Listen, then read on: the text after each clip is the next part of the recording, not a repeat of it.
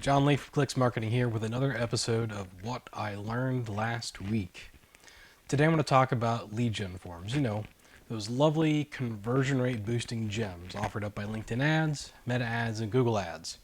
I've been wrapped up in working with these forms all week across all of these channels. Now, if you aren't using lead gen forms yet, you definitely should consider it. So for the sake of example, I actually launched new campaigns on Meta ads this week with instant forms because, you know, they're too cool to call them lead gen forms these days. But anyways, I launched these instant forms for a client, and within the first day, I was generating quality leads with a $2 cost per acquisition. And that campaign's been live now like just over 48 hours, 20 something leads generated on a minimal budget. It's pretty fantastic. And best of all those leads funneled directly into my client's HubSpot account. It is magic, I tell you. Magic. All right, so let's go over a bit of what I learned. So testing lead gen forms should be easy. And at this point, Meta Ads is really the only one that has made this piece of the puzzle easy. If your CRM is connected or your connections through Zapier or another third-party connector is locked in, all you have to do is click test form. Boom, done. Now, LinkedIn, on the other hand, not so simple. So of course, you've got to create the form, but then you have to go and create a campaign and then create an ad and associate that lead form to the ad. Once you've crossed all of those hurdles, you can then choose show in feed, and that will allow you to preview the ad. From there, you can submit a lead through the lead form as if you were a regular user on LinkedIn. So not impossible, just a few extra unnecessary steps in my humble opinion. Now, do you or your client ask a lot of information when users submit their lead information? This is where things can get a bit tricky with lead gen forms.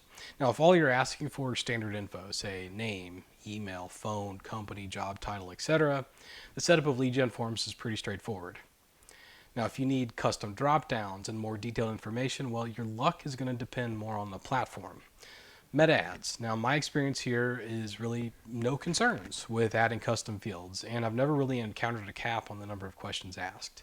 To be honest, I've never pushed the envelope that far. Now, on LinkedIn ads, you are capped at 3 custom questions and 5 custom checkboxes, say, for asking for GDPR compliance consent. Now, most of the time, this isn't a concern, but I have had clients where they ask a lot of questions, and we have to get creative about what questions we keep and what questions we don't. So keep that in mind.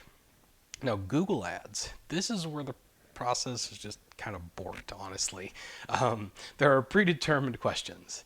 If the question you want to ask is not available, you have to submit it and then hope that Google accepts it. I feel like I'm submitting questions for every freaking client where I have to create a lead gen form within Google Ads. Not fun. Speaking of Google Ads, honestly, as I consider all of these processes across all these channels, on Google Ads, the way you create lead gen forms is a bit wonky. By that I mean you can create account level forms, but those will only work for search and performance max campaigns.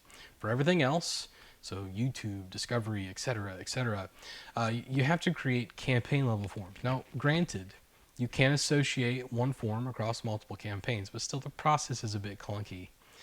Further, as I really think about it, I feel like Google missed the boat here by not offering up lead gen form management in a separate hub within the Google Ads platform. LinkedIn and Meta do this quite well.